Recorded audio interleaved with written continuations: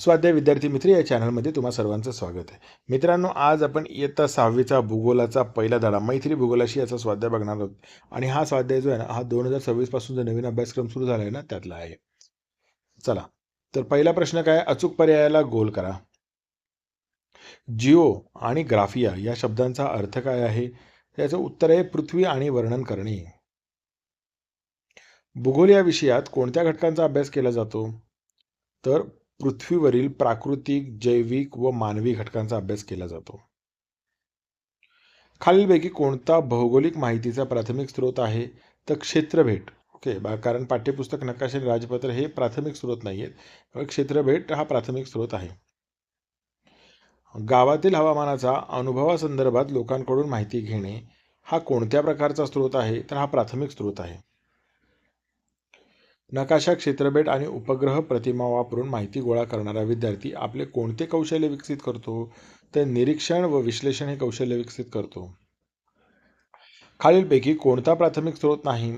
तर स्वतः वाचलेले प्रवास वर्णन हा प्राथमिक स्रोत नाही. तर स्पष्टीकरण काय? तर प्रवास वर्णन हे आधीच दुसऱ्या व्यक्तीने लिहून ठेवलेले असते, त्यामुळे ते वाचणे हा दुय्यम स्रोत ठरतो. दुय्यम स्रोताविषयी खालीलपैकी कोणते विधान अयोग्य आहे? तर यातून मिळालेली माहितीची विश्वासार्हता अधिक असते. स्पष्टीकरण: प्राथमिक स्रोतांची विश्वासार्हता ही दुय्यम स्रोतांपेक्षा जास्त असते, त्याच्यामुळे हे विधान अयोग्य आहे. प्रश्न आ. खालील विधाने तपासा आणि अयोग्य विधाने दुरुस्त करून पुन्हा लिहा. भूगोल या शब्दाचा अर्थ पृथ्वीचे वर्णन करणारे शास्त्र असा आहे, तर हे विधान योग्य आहे. भूगोल विषयात फक्त पृथ्वीच्या प्राकृतिक रचनेचा अभ्यास केला जातो, तर हे विधान अयोग्य आहे. दुरुस्त विधान काय आहे? तर भूगोल विषयात पृथ्वीच्या प्राकृतिक रचनेसोबतच मानवी घटक आणि त्यांच्यातील परस्पर संबंधांचाही अभ्यास केला जातो. छायाचित्रे व चित्रफित व्हिडिओ हे प्राथमिक स्रोत आहेत, ते योग्य. जर ते स्वतः घटनास्थळी जाऊन काढले असतील तर ते प्राथमिक स्रोत ठरतात. संशोधन व शोध निबंध हे दुय्यम स्रोत आहेत, तर हे योग्य आहे. थोडक्यात उत्तरे लिहा. भूगोल ही संकल्पना स्पष्ट करा. तर भूगोल या शब्दाला इंग्रजीत जिओग्राफी म्हणतात. हा शब्द ग्रीक भाषेतील जिओग्राफियावरून आला आहे, ज्यामध्ये जिओ म्हणजे पृथ्वी आणि ग्राफिया म्हणजे वर्णन करणे असा होतो. म्हणजेच पृथ्वीचे वर्णन करणारे शास्त्र म्हणजे भूगोल होय. यामध्ये पृथ्वीवरील प्राकृतिक, निसर्गनिर्मित आणि मानवी घटकांचा तसेच त्यांच्यातील परस्पर संबंधांचा वैज्ञानिक दृष्टीने अभ्यास केला जातो. भूगोल विषयाच्या अभ्यासाचे प्राथमिक स्रोत व दुय्यम स्रोत यातील फरक स्पष्ट करा. तर उत्तर आहे प्राथमिक स्रोत ही माहिती प्रत्यक्ष निरीक्षण, सर्वेक्षण, मुलाखत किंवा मोजमापातून मिळवलेली मूळ माहिती असते. हा स्रोत अधिक विश्वासार्ह व ताजा असतो. उदाहरणार्थ क्षेत्रभेट, स्वतः घेतलेली मुलाखत, ड्रोन सर्वेक्षण. दुय्यम स्रोत ही माहिती आधीच कोणीतरी संकलित, विश्लेषित आणि प्रकाशित केलेली असते. ही माहिती अप्रत्यक्षरित्या गोळा केली जाते आणि यात वेळ व श्रम कमी लागतो. उदाहरणार्थ पाठ्यपुस्तके, नकाशे, वृत्तपत्रे, इंटरनेटवरील माहिती. प्रश्न ई. खालील कृती करा. तुम्ही अनुभवलेल्या क्षेत्रपेटीतील कोणत्याही एका ठिकाणाचे भौगोलिकदृष्ट्या तुमच्या शब्दात वर्णन करा. तर गेल्या महिन्यात आम्ही आमच्या शाळेतर्फे जवळच्या, हे नमुना उत्तर आहे मित्रांनो, तुम्ही आपल्या पद्धतीने लिहायचे. जवळच्या एका नदीकाठच्या गावाला क्षेत्रभेट दिली होती. तेथे गेल्यानंतर आम्ही पाहिले की नदीच्या दोन्ही बाजूंना सुपीक काळी जमीन आहे. तेथे शेतकरी ऊस आणि भाजीपाल्याची पिके घेतात. नदीच्या पाण्याचा वापर शेतीसाठी व पिण्यासाठी केला जातो. गावातील घरे नदीपासून काही अंतरावरती उंचावर बांधलेली आहेत, जेणेकरून पुराचा धोका होणार नाही. विद्यार्थी आपल्या अनुभवानुसार बदल करू शकतात त्याच्यामध्ये.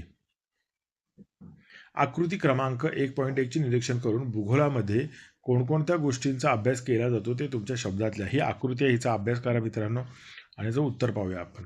तर आकृती 1.1 अनुसार भूगोलामध्ये 2 प्रमुख घटकांचा अभ्यास केला जातो. प्राथमिक प्राकृतिक घटक: शिलावरण, डोंगरकडे, जलावरण, नद्या, विहिरी, वातावरण, हवा, ढग आणि जीवावरण: प्राणी, वनस्पती आणि पक्षी. मानवी घटक: मानवी वस्ती, घरे, शहरे, लोकसंख्या, आर्थिक प्रक्रिया, उद्योग, वाहतूक, शेती, सामाजिक स्थिती, पर्यावरण आणि शाश्वत विकास, तसेच ऊर्जा संसाधने, पवन ऊर्जा, सौर ऊर्जा. प्रश्न: खालील कृती पूर्ण करा आणि वर्गीकरण. तर खालील साधनांचे भूगोल अभ्यासाचे प्राथमिक स्रोत व दुय्यम स्रोत असे वर्गीकरण करा व योग्य स्रोताच्या शेजारी रिकाम्या जागी बरोबर अशी खूण करा. तर बघा इथे काय लिहिलंय, स्वतः गोळा केलेले मातीचे नमुने तर हे प्राथमिक स्रोत आहेत. मृदेच्या वितरणाचा नकाशा हा दुय्यम स्रोत आहे. विविध फुले व फळे यांची चित्रे दुय्यम स्रोत आहेत. तुम्ही लिहिलेला क्षेत्रपतीचा अहवाल हा प्राथमिक स्रोत आहे. चिखलदरा येथील निसर्ग सौंदर्याची चित्रफित व्हिडिओ हा दुय्यम स्रोत आहे. प्रवास वर्णनांची पुस्तके ही दुय्यम स्रोत आहे. स्वतः निरीक्षण केलेली विविध प्रकारची फुले व फळे हा प्राथमिक स्रोत आहे. स्वतः गोळा केलेले खडकांचे नमुने हा प्राथमिक स्रोत आहे. वृत्तपत्रातील भौगोलिक माहितीची कात्रणे हा दुय्यम स्रोत आहे. आणि तुम्ही गोळा केलेले तृणधान्यांचे व कडधान्यांचे नमुने हा प्राथमिक स्रोत आहे. भूगोल विषयाच्या विविध शाखा सांगून त्या शाखांतर्गत अभ्यासाविषयी माहिती मिळून भित्तीपत्रक तयार करा. तर मित्रांनो, ह्या भूगोलाच्या शाखा आहेत प्राकृतिक शाखा आणि प्राकृतिक भूगोल आणि मानवी भूगोल. ओके, तर याचा मी तक्ता तयार केला आहे. तुम्हाला गरज असेल तर हा तक्ता तुम्ही इथून कॉपी करू शकता.